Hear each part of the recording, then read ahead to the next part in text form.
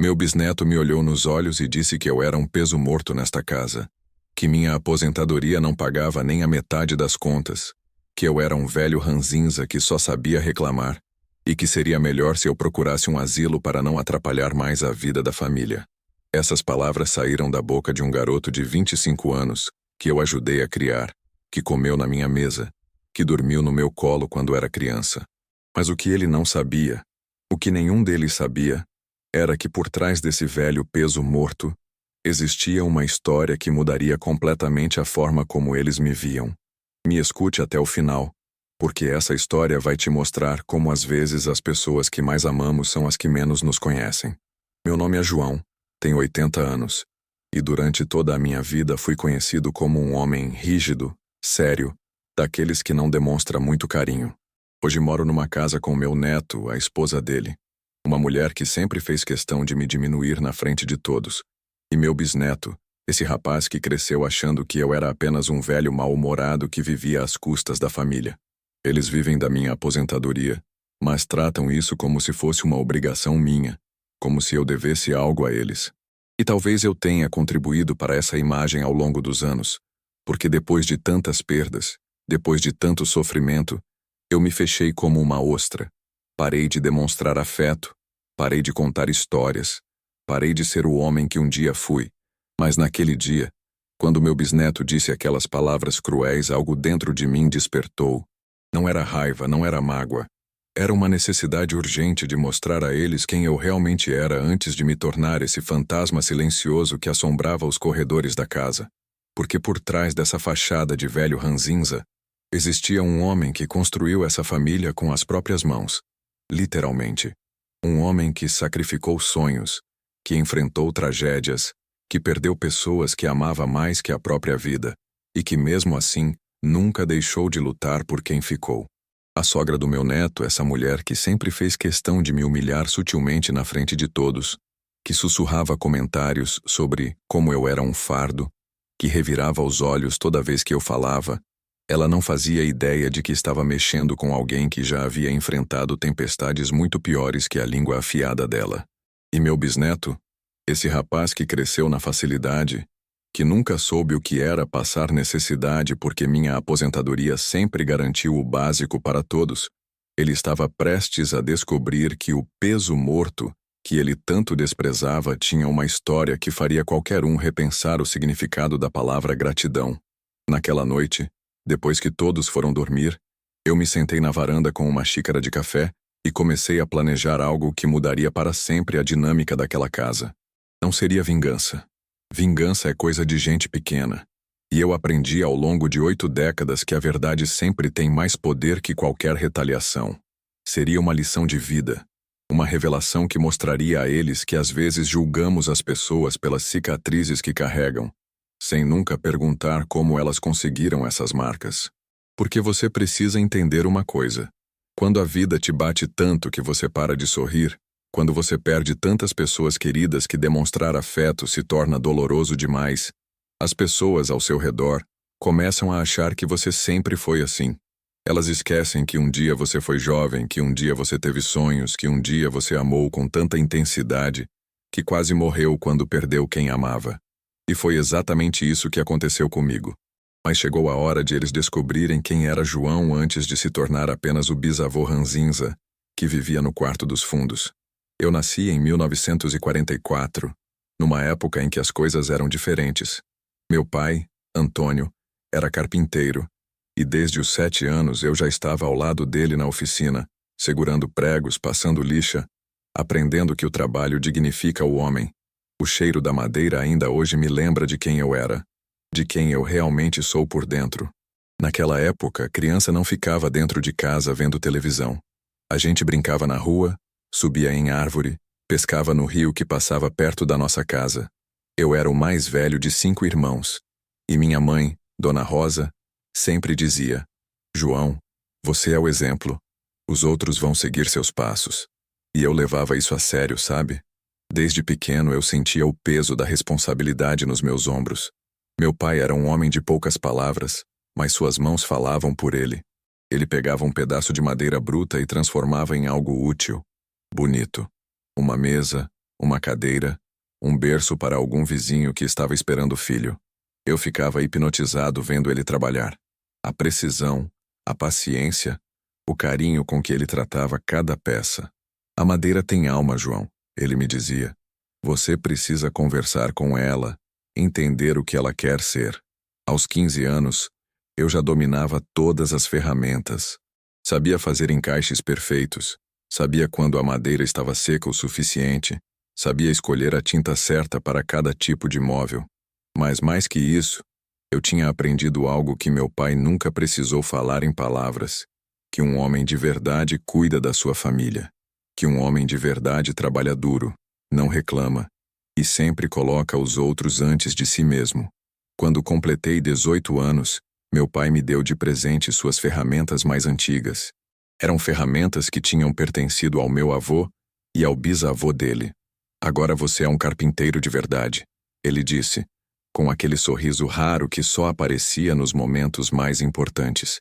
Eu segurei aquelas ferramentas e senti como se estivesse segurando a história da minha família, o peso de gerações de homens trabalhadores e honestos. Foi nessa época que conheci a Maria. Ela tinha 17 anos, cabelos pretos como a noite e um sorriso que iluminava qualquer ambiente. Ela passava todos os dias em frente à oficina do meu pai, a caminho da casa onde trabalhava como costureira. Eu ficava fingindo que estava concentrado no trabalho, mas na verdade estava esperando ela passar. Até que um dia criei coragem e ofereci para fazer um banquinho para ela levar as costuras. Você faria isso para mim? Ela perguntou, com aqueles olhos brilhando de uma forma que me fez esquecer como respirar. Faria qualquer coisa por você. Eu respondi, e naquele momento eu sabia que era verdade. Eu faria qualquer coisa por ela, e mais tarde, faria qualquer coisa pela família que construiríamos juntos. Nós nos casamos em 1965. Eu tinha 21 anos, ela tinha 20. A cerimônia foi simples, na igreja do bairro, mas para mim foi o dia mais importante da minha vida. Quando eu vi ela entrando na igreja de vestido branco que ela mesma tinha costurado, eu soube que minha vida tinha encontrado seu propósito. Eu não era mais apenas o João, o carpinteiro. Eu era o marido da Maria, e logo seria pai dos nossos filhos. Nossa lua de mel foi uma semana numa pensão no interior. Não tínhamos dinheiro para grandes luxos, mas não precisávamos. Ficávamos conversando até tarde, fazendo planos para o futuro. Ela queria uma casa com jardim, onde pudesse plantar rosas. Eu queria uma oficina grande, onde pudesse ensinar meus filhos o ofício que meu pai tinha me ensinado. Sonhávamos com uma família grande, com muito amor e muito trabalho honesto. Quando voltamos da lua de mel, eu trabalhei como nunca tinha trabalhado antes. Acordava às 5 da manhã, ficava na oficina até escurecer. Cada móvel que eu fazia era pensando no futuro da minha família. Cada real que eu ganhava era guardado com carinho para comprar nossa casa própria. Maria costurava para fora, e juntos conseguimos juntar dinheiro suficiente para dar entrada numa casinha simples, mas que era nossa. O primeiro filho chegou em 1967. Carlos, meu primogênito. Quando o médico colocou ele nos meus braços, eu chorei como uma criança. Aquele serzinho pequeno, indefeso, dependia completamente de mim. Naquele momento eu entendi o que meu pai sentia quando olhava para mim. A responsabilidade, o amor, o medo de não ser bom o suficiente, mas também a determinação de ser o melhor pai que eu pudesse ser. Eu era jovem, cheio de energia, cheio de sonhos. Acreditava que com trabalho duro e amor sincero, eu poderia dar tudo que minha família precisasse. Acreditava que a vida era justa, que pessoas boas eram recompensadas, que família era para sempre. Eu era um homem feliz, realizado, cheio de esperança no futuro. Mas a vida tinha outros planos para mim. E eu ainda não sabia que as perdas que estavam por vir iriam transformar aquele jovem cheio de sonhos no homem amargo que minha família conhece hoje. Conheci minha Maria numa festa junina de 1965.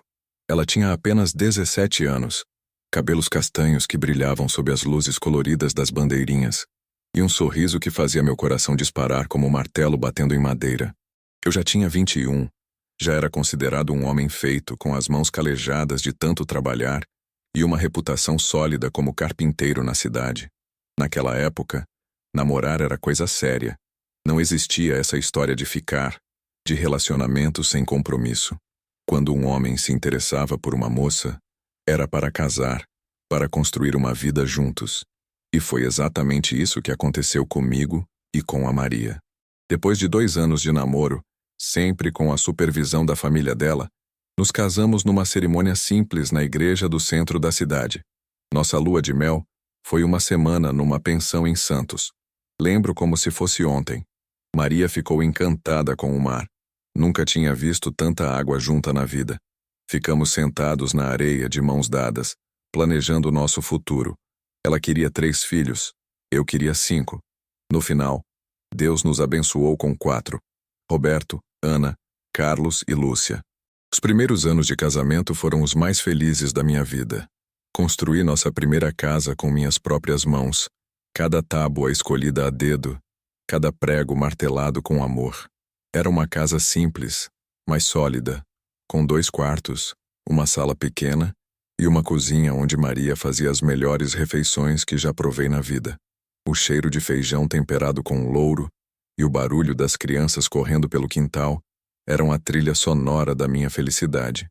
Roberto nasceu em 1968, um menino forte e esperto que desde pequeno mostrava interesse pelas minhas ferramentas.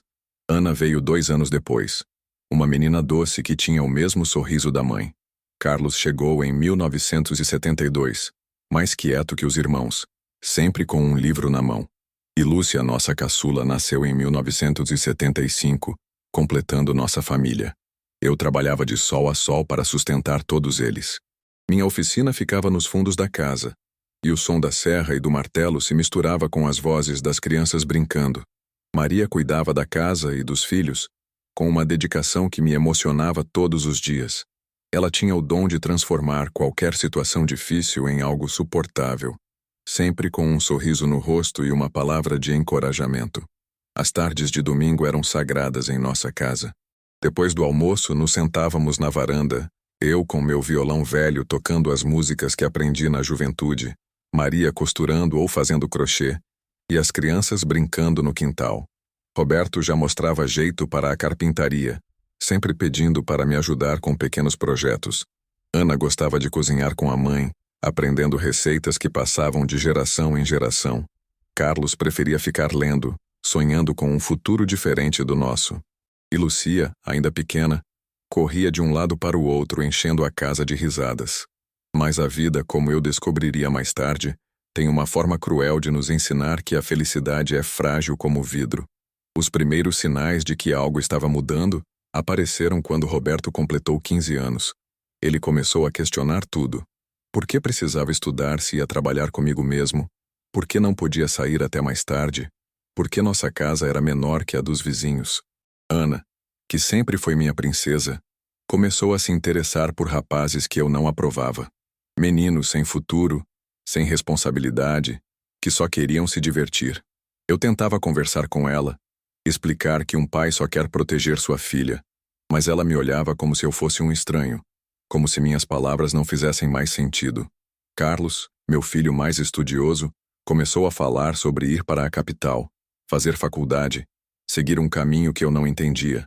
Não que eu fosse contra o estudo, muito pelo contrário, mas a ideia de vê-lo partir, de não tê-lo por perto, me assustava mais do que eu queria admitir. E Lúcia, ainda criança, começou a perceber as tensões que cresciam em nossa casa. Às vezes eu a encontrava chorando no quarto, sem saber explicar por quê. Ela sentia que algo estava mudando, mesmo sem entender o quê. Maria tentava ser a mediadora, sempre tentando manter a paz entre mim e as crianças. Mas eu via o cansaço em seus olhos, a preocupação que ela tentava esconder. Nossas conversas na cama, antes de dormir, começaram a ser sobre problemas, sobre como lidar com os filhos que estavam crescendo e se afastando de nós.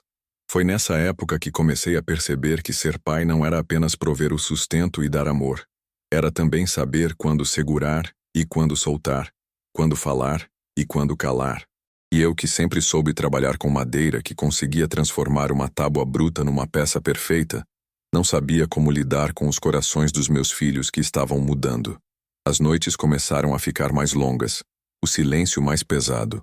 Eu ficava na oficina até mais tarde, não porque tivesse trabalho, mas porque ali, entre minhas ferramentas, eu ainda me sentia útil, ainda sabia quem eu era. Mas quando entrava em casa e via minha família cada vez mais distante, uma dor estranha começava a crescer no meu peito. Era como se estivesse construindo uma casa e, de repente, percebesse que as fundações estavam rachando, mas ainda não sabia que o pior estava por vir, que as perdas que me esperavam iriam transformar não apenas minha família, mas a própria essência de quem eu era. A vida na nossa casa começou a mudar de um jeito sutil, quase imperceptível no início, como uma rachadura fina que aparece na parede. Eu, que sempre fui um homem de ação, de resolver as coisas com as mãos, me vi impotente diante das mudanças que meus filhos traziam. Eles estavam crescendo, e com a idade vinham novas ideias, novos desejos, e uma distância que eu não sabia como diminuir. Roberto, meu primogênito, o que tinha jeito para a carpintaria, começou a se desinteressar pela oficina. Ele queria a vida fácil, o dinheiro rápido. Começou a andar com uns rapazes que eu não gostava, que tinham um brilho estranho nos olhos, um jeito de falar que me incomodava. Eu tentava conversar, explicar que o trabalho honesto era o único caminho, mas ele me olhava com desdém, como se minhas palavras fossem de um tempo que não existia mais. Pai, o mundo mudou, ele dizia. Não dá para viver só de madeira e suor. Eu sentia um nó na garganta porque via nele o reflexo de um futuro que eu não queria para meus filhos. Ana, minha doce Ana, se transformou numa moça rebelde. As roupas, a maquiagem, as companhias, tudo parecia um desafio direto à minha autoridade. Ela queria liberdade, queria viver a vida sem regras. Eu, que sempre fui rígido com horários e comportamentos, me via discutindo com ela quase todos os dias. Maria tentava apaziguar, mas Ana já não ouvia ninguém. Ela se apaixonou por um rapaz que não valia o chão que pisava. E eu, como pai, via o perigo, mas não conseguia fazê-la enxergar. A dor de ver sua filha se machucar por escolhas erradas é um tipo de dor que nenhum pai deveria sentir. Carlos, o intelectual da família, o que sempre estava com um livro na mão, foi o primeiro a voar do ninho. Ele passou no vestibular para uma faculdade na capital, a centenas de quilômetros de casa. Eu senti um misto de orgulho e tristeza. Orgulho por ele estar buscando um futuro melhor. Tristeza por saber que ele estava se afastando. Ele me prometeu que voltaria, que nos visitaria sempre, mas a distância, eu sabia, era um abismo que poucos conseguiam atravessar sem deixar algo para trás. E ele levou consigo um pedaço da nossa alegria, um pedaço da nossa união. Lucia, a caçula, a mais sensível, foi a que mais sentiu a mudança. Ela via as brigas, sentia a tensão no ar. De uma menina alegre e falante, ela se tornou mais quieta, mais introspectiva. Eu a via sentada no canto da sala, desenhando, e sabia que ela estava absorvendo toda a tristeza que pairava sobre nós. Eu queria abraçá-la, dizer que tudo ficaria bem, mas as palavras me faltavam. Eu, o provedor, o pilar da família, me sentia impotente. Maria, minha Maria, era a única que ainda me entendia.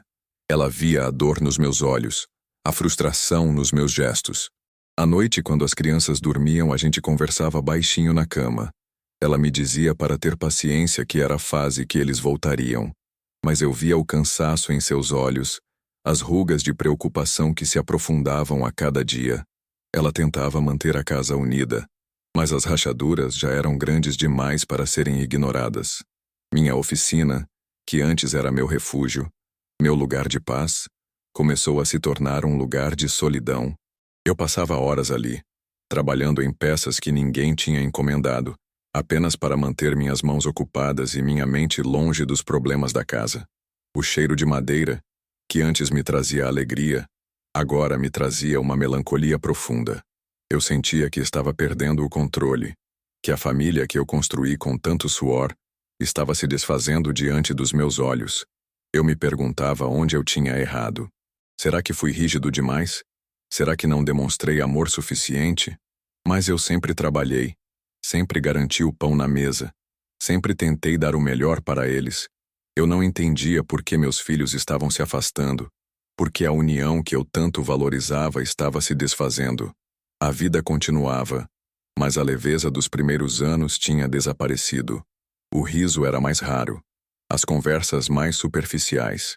Eu me sentia como um carpinteiro que construiu uma ponte sólida, mas que agora via as tábuas se soltando uma a uma, sem que eu pudesse fazer nada para impedir. E foi nesse cenário de crescente distanciamento e angústia silenciosa que a primeira grande tempestade se abateu sobre nós.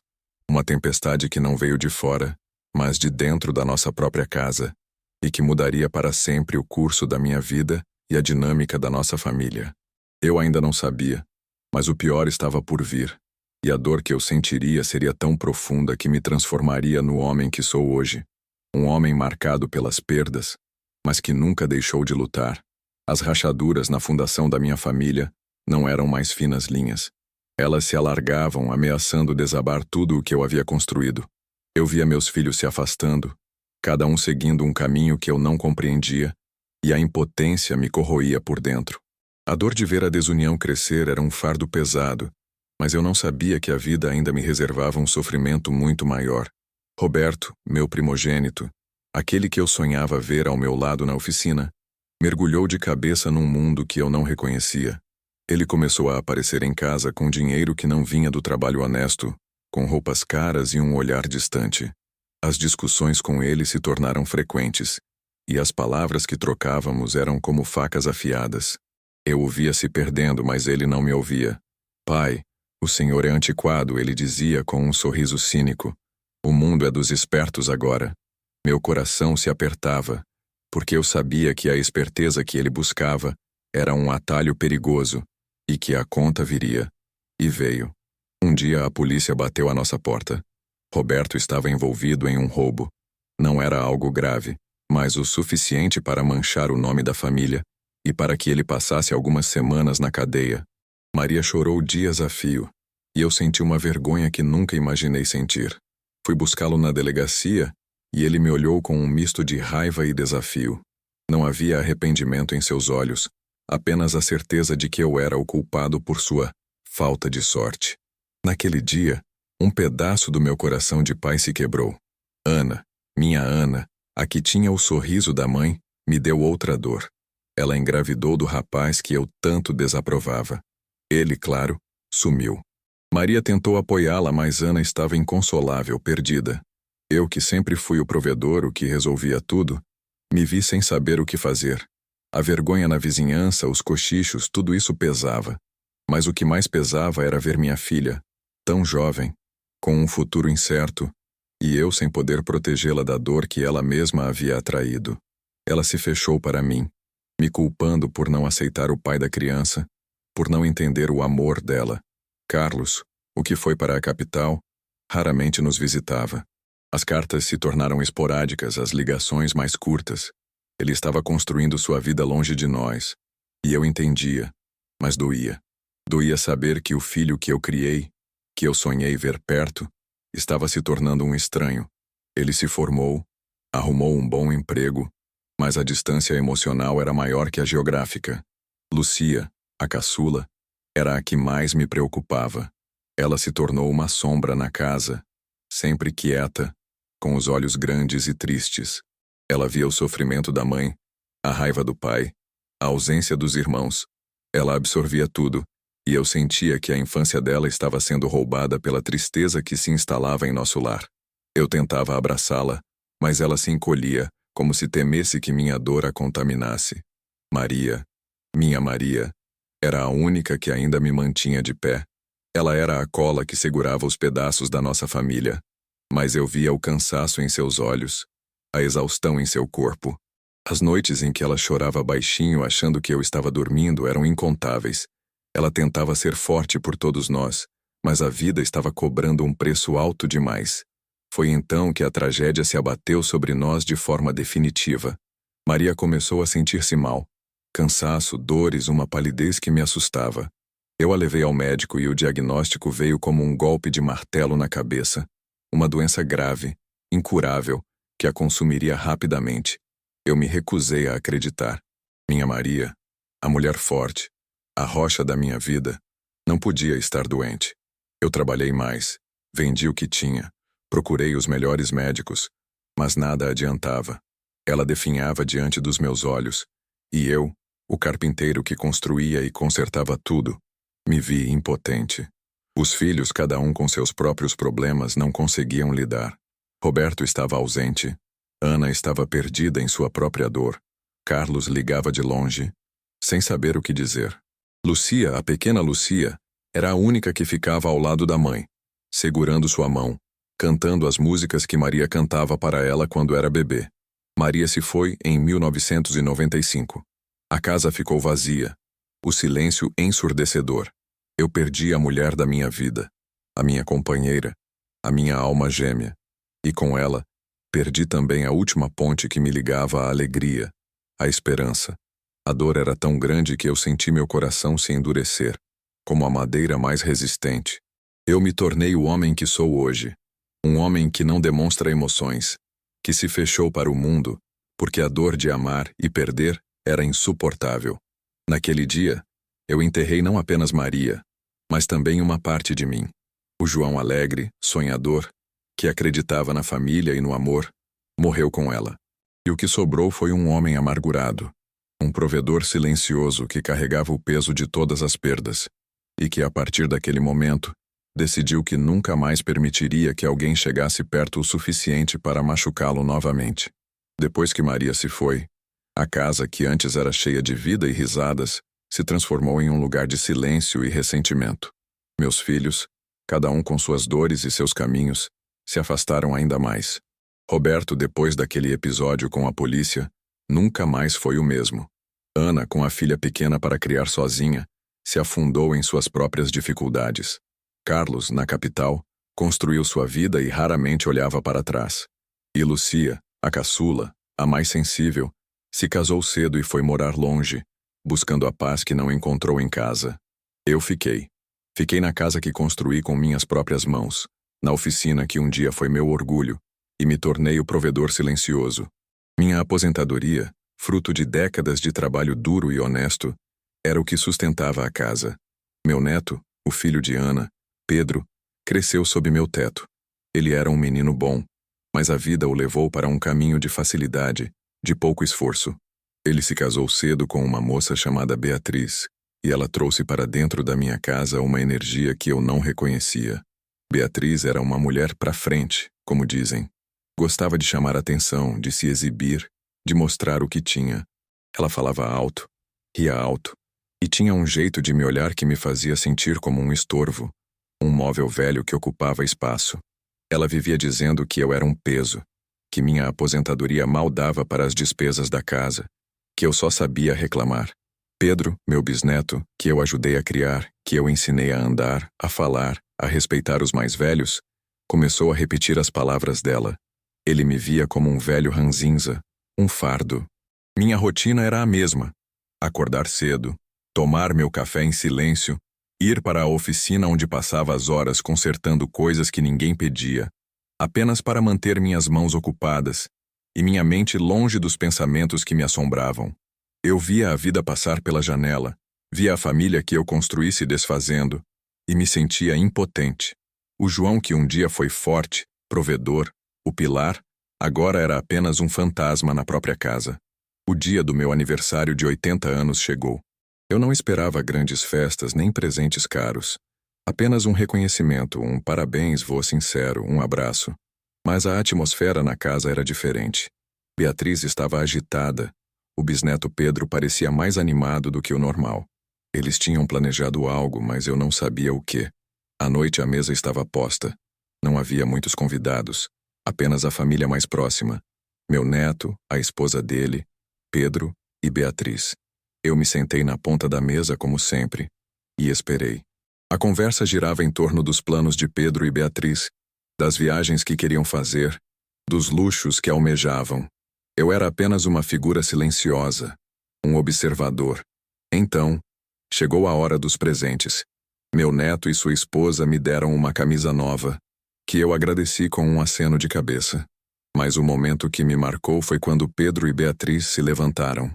Beatriz, com um sorriso largo e um brilho nos olhos, estendeu uma caixa elegante para a mãe dela.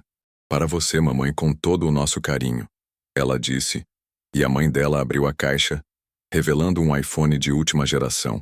Os olhos da sogra de Pedro brilharam, e ela abraçou a filha e o genro com efusão. Vocês são os melhores, ela exclamou. E a sala se encheu de risadas e elogios. Meu coração apertou. Eu não esperava um iPhone, claro que não. Mas a forma como eles fizeram aquilo, a ostentação, a alegria genuína para a sogra dela, enquanto eu, o aniversariante, o provedor da casa, era ignorado. Então Pedro se virou para mim. Com um sorriso que não alcançava os olhos, ele estendeu um pacote pequeno. Para o senhor, bisavô João, ele disse. Eu peguei o pacote, sentindo o peso leve em minhas mãos. Abri devagar, e lá estava. Um porta-retrato de madeira. Bonito, bem acabado, mas vazio. Completamente vazio. Não havia foto, não havia dedicatória, não havia nada. Apenas o vazio. Naquele momento o ar pareceu rarear. Eu olhei para o porta-retrato, depois para Pedro, depois para Beatriz, que me observava com um sorriso de escárnio. A mensagem era clara, e doía mais do que qualquer tapa na cara. Era como se eles dissessem: você não é ninguém, você não tem lugar, você é um vazio. Eu senti um nó na garganta, mas não deixei uma lágrima cair.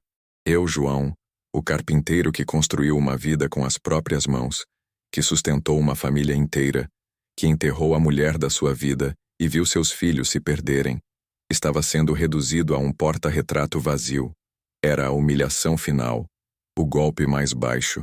Eu me levantei da mesa segurando o porta-retrato vazio. O silêncio na sala era ensurdecedor.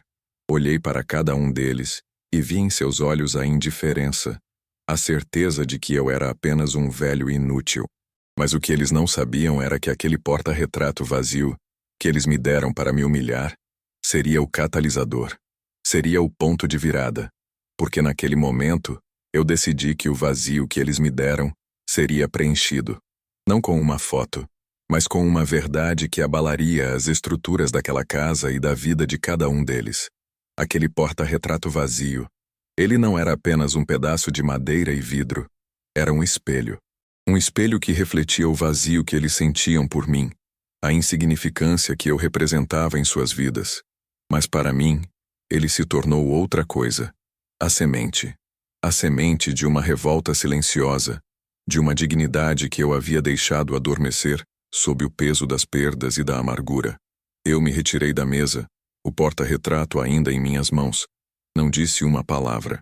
Não precisei. O silêncio que se seguiu foi mais eloquente do que qualquer grito. Fui para o meu quarto, o mesmo quarto que um dia foi o de Maria, e me sentei na beira da cama. A luz da lua entrava pela janela, iluminando o objeto inútil. Eu o girei nas mãos, sentindo a aspereza da madeira, a frieza do vidro, e de repente, uma memória me atingiu. Lembrei-me do meu pai Antônio me ensinando a escolher a madeira certa para cada peça. João, ele dizia, a madeira bruta pode parecer sem valor, mas com as ferramentas certas e a paciência necessária, ela se transforma em algo belo e duradouro. Nunca subestime o potencial escondido. Aquelas palavras ditas há mais de 70 anos ecoaram em minha mente. Eu era a madeira bruta, e eles, com sua arrogância, pensavam que eu não tinha mais potencial. Mas eles estavam enganados. Eu, João, o carpinteiro, sempre fui um homem de construir. Construí minha casa, minha família, minha vida, e mesmo depois de tudo desmoronar, eu continuei a construir, mesmo que fosse apenas uma fachada de indiferença. Mas agora, era hora de construir algo novo, algo que eles nunca esperariam. Naquela noite, não dormi. Fiquei repassando cada detalhe da minha vida, cada sacrifício, cada perda. Lembrei-me dos primeiros anos de trabalho, da minha oficina sempre cheia de encomendas, do dinheiro que eu guardava, centavo por centavo, para garantir o futuro da minha família. Eu nunca fui de esbanjar. Cada tostão era suado, e eu sabia o valor de cada um. E foi então que a ideia, que vinha amadurecendo em algum canto esquecido da minha mente, ganhou forma. O peso morto que eles tanto desprezavam tinha um segredo. Um segredo que eu guardava há décadas. Um plano de contingência para um futuro incerto. Eu sempre fui previdente. Desde jovem, quando via a instabilidade do mundo, Decidi que nunca dependeria de ninguém. E Maria, minha Maria, sempre me apoiou nisso. É bom ter um pé de meia, João, ela dizia. Nunca se sabe o dia de amanhã. Esse pé de meia não era uma quantia qualquer. Era o resultado de uma vida inteira de trabalho, de investimentos discretos, de uma disciplina financeira que poucos entenderiam. Eu não confiava em bancos, não confiava em papéis. Confiava no meu trabalho e na minha capacidade de prever o futuro. E assim, ao longo dos anos, fui adquirindo pouco a pouco, sem alarde, o que se tornaria meu maior trunfo. Não era uma herança, não era um tesouro escondido. Era algo muito mais sólido, muito mais meu. Era uma série de propriedades. Pequenos terrenos, casas antigas, galpões que eu comprei e reformei com minhas próprias mãos, sem que ninguém soubesse. Eu os alugava, e o dinheiro dos aluguéis era reinvestido em mais propriedades, sempre em segredo, sempre no meu nome, sem que a família soubesse da verdadeira extensão do meu patrimônio. Eles achavam que eu vivia apenas da minha aposentadoria, que mal dava para as contas. Mal sabiam eles que a aposentadoria era apenas uma fração do que eu realmente possuía. Eu tinha um caderno antigo de capa de couro, guardado no fundo de um baú na minha oficina. Nele, eu anotava cada detalhe: os endereços, os valores, os contratos de aluguel, os nomes dos inquilinos. Era o meu mapa do tesouro, um tesouro construído com suor e inteligência, longe dos olhos curiosos e das mãos gananciosas. Naquela noite, enquanto a casa dormia, eu fui até a oficina. O cheiro de madeira me acalmou. Abri o baú, peguei o caderno. As páginas amareladas, a caligrafia firme, cada linha um pedaço da minha história. Eu não era um vazio. Eu era um construtor, um provedor, um homem que, mesmo diante das maiores perdas, nunca parou de planejar e de proteger o que era seu. O porta-retrato vazio estava sobre a mesa do meu quarto. Eu o olhei novamente. Ele não me humilhava mais. Ele me impulsionava. Aquele vazio seria preenchido, não com uma foto, mas com a verdade. A verdade sobre quem eu era, sobre o que eu tinha e sobre o que eles estavam prestes a perder. O plano começou a se desenhar em minha mente. Não seria um plano de vingança, mas de revelação, de mostrar a eles que o velho ranzinza que eles desprezavam era, na verdade, o alicerce que sustentava suas vidas. E que, assim como um carpinteiro pode derrubar uma casa mal construída, eu poderia desmantelar a ilusão em que eles viviam.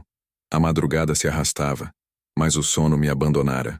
O porta-retrato vazio jazia sobre a cômoda, um lembrete silencioso da humilhação, mas agora também um símbolo da minha ressurreição. Eu não era mais o velho ranzinza e passivo.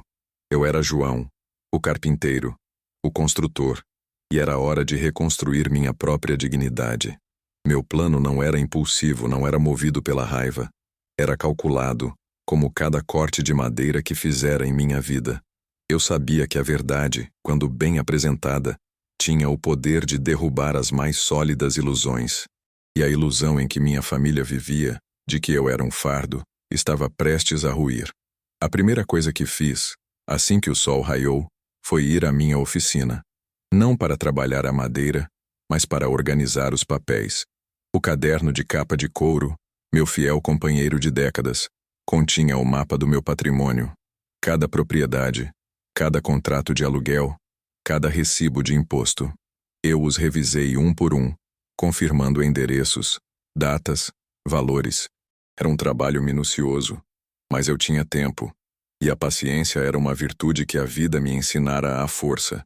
Eu precisava de um aliado, alguém de confiança que pudesse me ajudar a formalizar tudo, a dar peso legal à minha verdade.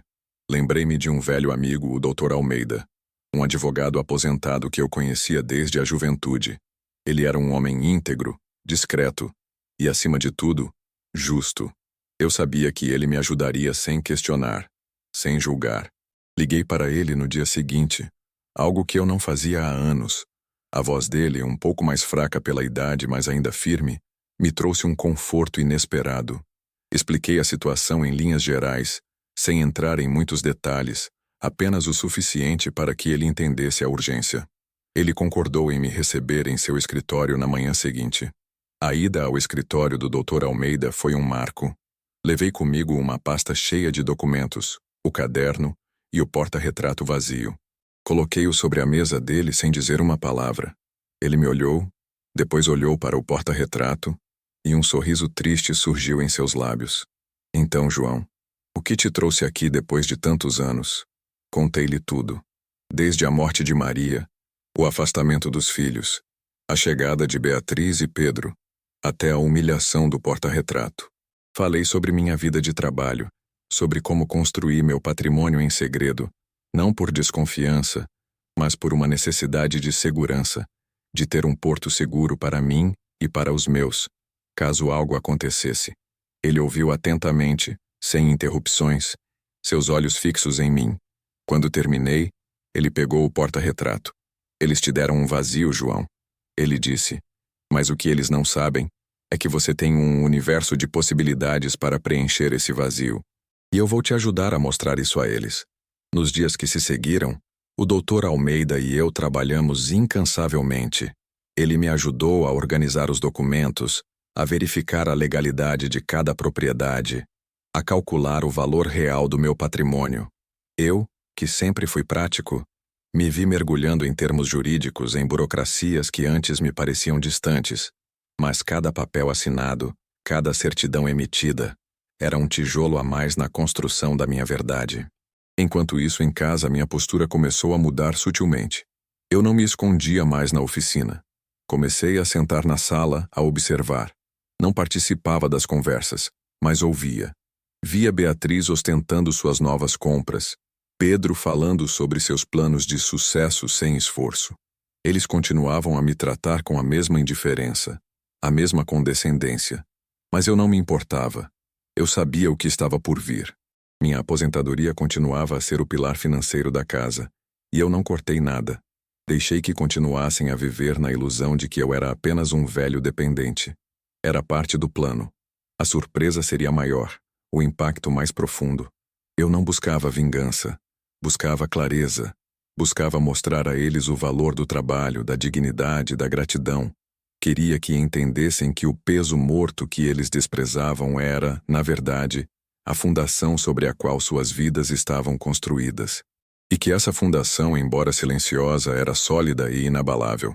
O Dr. Almeida me aconselhou a fazer um testamento, a deixar tudo em ordem. Não por medo da morte, mas para que minha vontade fosse clara e inquestionável. Eu concordei. Era importante que, mesmo depois de mim, a verdade prevalecesse. Eu me sentia mais leve, mais forte. Aquele porta-retrato vazio que antes me esmagava, agora me dava força. Ele me lembrava que eu tinha um propósito, uma missão. E essa missão era mostrar a eles que a vida não é feita apenas de aparências e de bens materiais, mas de valores, de respeito, de reconhecimento. A data da revelação se aproximava. Eu havia pedido ao Dr. Almeida para agendar uma reunião com toda a família, sem especificar o motivo. A curiosidade deles seria a isca. Eu sabia que eles viriam, esperando talvez alguma notícia sobre minha saúde, ou talvez, com sorte, alguma herança insignificante. Mal sabiam eles que a herança que eu lhes apresentaria não era apenas material, mas uma lição de vida que eles jamais esqueceriam. O dia da reunião chegou. Eu me vesti com minha melhor roupa, a mesma que usei no meu aniversário, e coloquei o porta-retrato vazio na minha pasta. O Dr. Almeida me buscou em casa, e juntos fomos para a sala de estar, onde a família já estava reunida. Meu neto e sua esposa, Pedro e Beatriz. A atmosfera era de curiosidade misturada com uma certa impaciência. Eles me olhavam como se eu fosse um velho excêntrico, prestes a anunciar alguma bobagem. Boa tarde a todos. O Dr. Almeida começou, sua voz calma e profissional. Agradeço a presença de vocês. O Sr. João me pediu para organizar esta reunião para tratar de um assunto de extrema importância para a família. Pedro revirou os olhos, e Beatriz trocou um olhar de tédio com meu neto. Eu permaneci em silêncio, observando cada um deles. O Dr. Almeida abriu sua pasta e começou a falar. Como vocês sabem, o Sr. João é um homem de 80 anos, aposentado. No entanto, o que talvez não saibam é que, ao longo de sua vida, ele construiu um patrimônio considerável, fruto de décadas de trabalho e de uma visão de futuro que poucos possuem. Pedro riu baixinho. Patrimônio? Vovô João mal consegue pagar as contas com a aposentadoria dele, doutor. Não seja ridículo. O doutor Almeida não se abalou. Ele pegou um documento e começou a ler. Senhor Pedro, a aposentadoria do senhor João, embora modesta, sempre foi suficiente para cobrir as despesas básicas desta casa, onde todos vocês residem. No entanto, o senhor João possui outras fontes de renda. Por exemplo, ele é proprietário de 3 imóveis comerciais no centro da cidade, alugados para empresas sólidas, que geram uma receita mensal que supera em muito o valor de sua aposentadoria. O sorriso de Pedro desapareceu. Beatriz franziu a testa. Meu neto e sua esposa se entreolharam confusos. O advogado continuou, listando propriedade após propriedade. Um galpão industrial alugado, 2 apartamentos em bairros valorizados, um terreno que havia sido recentemente vendido por um valor expressivo. Cada nome de rua, cada valor de aluguel, cada transação era lida em voz alta, com a frieza dos números. A cada revelação, os rostos deles se contorciam em descrença. A arrogância de Pedro e Beatriz se transformou em espanto, depois em um pálido constrangimento. Meu neto e sua esposa pareciam ter levado um choque. Eles, que viviam sob o meu teto, sustentados pela minha aposentadoria, estavam descobrindo que o peso morto era, na verdade, um homem com um patrimônio que eles jamais sonhariam em ter. Quando o Dr. Almeida terminou, a sala estava em um silêncio sepulcral. Ele então me olhou e fez um gesto. Era a minha vez. Eu me levantei, peguei o porta-retrato vazio da minha pasta e o coloquei sobre a mesa bem no centro para que todos pudessem vê-lo. Vocês me deram isso no meu aniversário. Comecei. Minha voz calma, mas firme. Um porta-retrato vazio. A mensagem era clara, não era? Que eu não sou ninguém. Que eu sou um vazio. Que eu não tenho lugar. Olhei para Pedro, que baixou a cabeça. Olhei para Beatriz, que desviou o olhar. Vocês acharam que eu era um fardo, que vivia às custas de vocês. Mas a verdade é que, durante anos, eu fui o alicerce silencioso desta casa. A aposentadoria que vocês tanto desprezam e que mal dava para as contas na visão de vocês, era apenas a ponta do iceberg. O que o Dr. Almeida acabou de ler para vocês é o resultado de uma vida inteira de trabalho, de sacrifício, de uma disciplina que vocês nunca conheceram. Minha voz ganhou força. Eu, João, o carpinteiro, sempre construí. Construí esta casa, construí minha família. E quando a vida me tirou tudo, minha Maria, a união dos meus filhos, eu continuei a construir. Construí um futuro, um porto seguro, não para mim, mas para os meus, para que, em caso de necessidade, houvesse um amparo. Peguei o porta-retrato novamente. Vocês me deram um vazio, mas o que vocês não sabiam era que esse vazio me fez enxergar. Enxergar a ingratidão, o desprezo, a falta de respeito.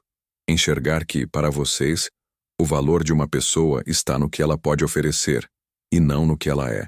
Eu não sou um vazio. Eu sou a história de um homem que trabalhou desde os 7 anos, que construiu uma vida do nada, que enfrentou perdas que vocês jamais imaginariam. Eu sou a prova de que a dignidade não se compra, não se herda, se constrói. E que o respeito se conquista, não se exige. Pedro levantou a cabeça, os olhos marejados. Beatriz estava pálida, sem palavras. Meu neto e sua esposa pareciam ter envelhecido 10 anos em minutos.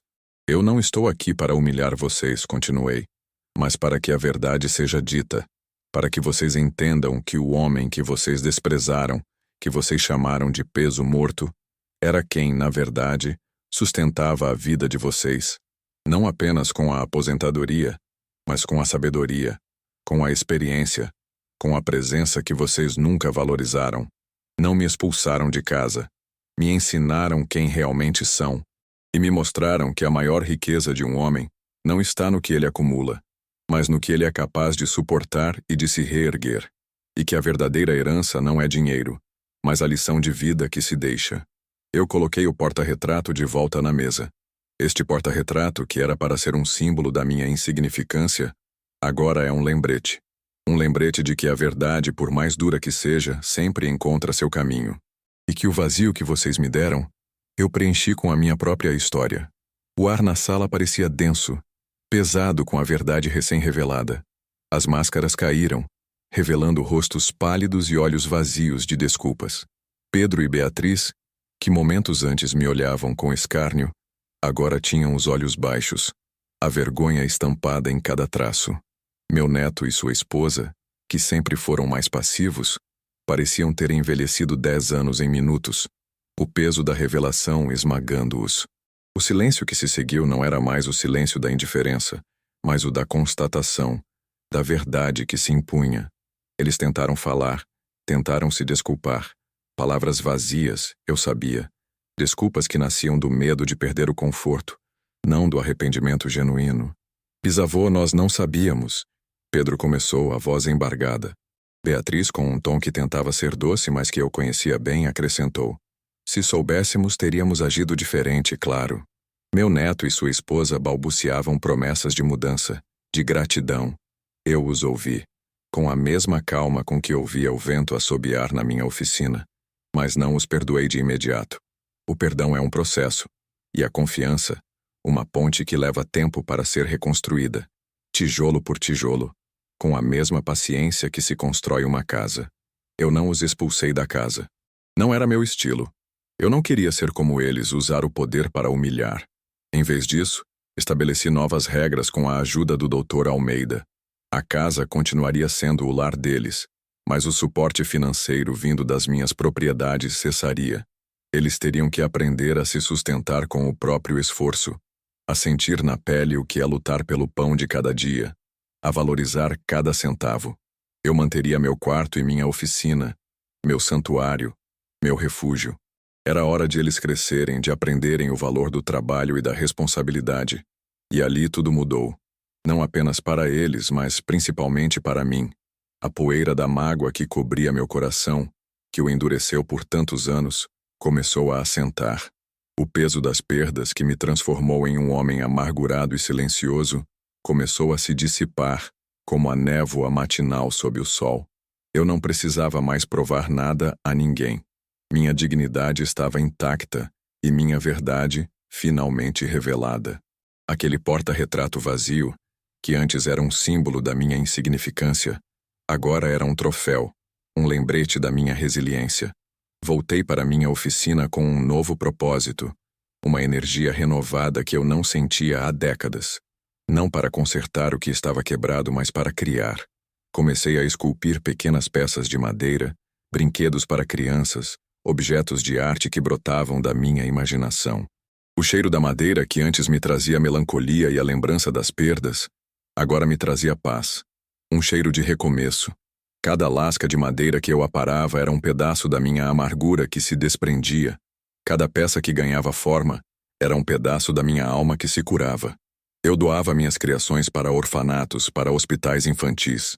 Ver o sorriso de uma criança segurando um carrinho de madeira feito por minhas mãos, ou um pequeno animal esculpido com carinho, era uma recompensa maior do que qualquer fortuna, qualquer reconhecimento. Era a alegria pura, desinteressada, que eu havia esquecido que existia. Reconectei-me com Lucia, minha caçula. Ela, que sempre foi a mais sensível, a que mais sentiu a dor da família, foi a primeira a me procurar, não por interesse, mas por amor. Ela veio me visitar, sentou-se na minha oficina e chorou. Chorou por tudo que perdemos, por tudo que vivemos, por todos os anos de silêncio e distanciamento. E eu a abracei, pela primeira vez em anos, sem o peso da amargura, sem a armadura que eu havia construído. Ela me contou sobre sua vida, seus filhos, e eu vi nela a pureza e a bondade que um dia existiu em todos os meus filhos. Ela não queria nada de mim, apenas meu amor, minha presença. E ali, naquele abraço apertado, eu senti que uma parte do meu coração, que eu achava que estava morta, voltava a pulsar com força. A casa, embora ainda compartilhada, tinha uma nova energia. Eles, meus familiares, agora me olhavam com respeito, com um misto de admiração e vergonha. Não era o respeito que eu exigia, mas o respeito que eu conquistei com a verdade e a dignidade.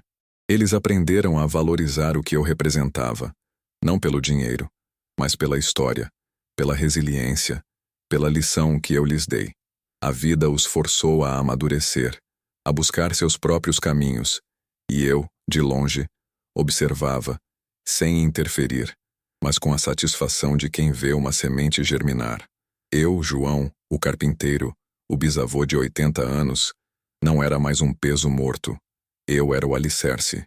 O homem que, mesmo depois de ter sido quebrado em 1000 pedaços, conseguiu se reconstruir, peça por peça, com a mesma paciência e precisão com que construía seus móveis. A vida me ensinou que a verdadeira força não está em nunca cair, mas em levantar-se cada vez que a vida te derruba, com a cabeça erguida e a alma intacta.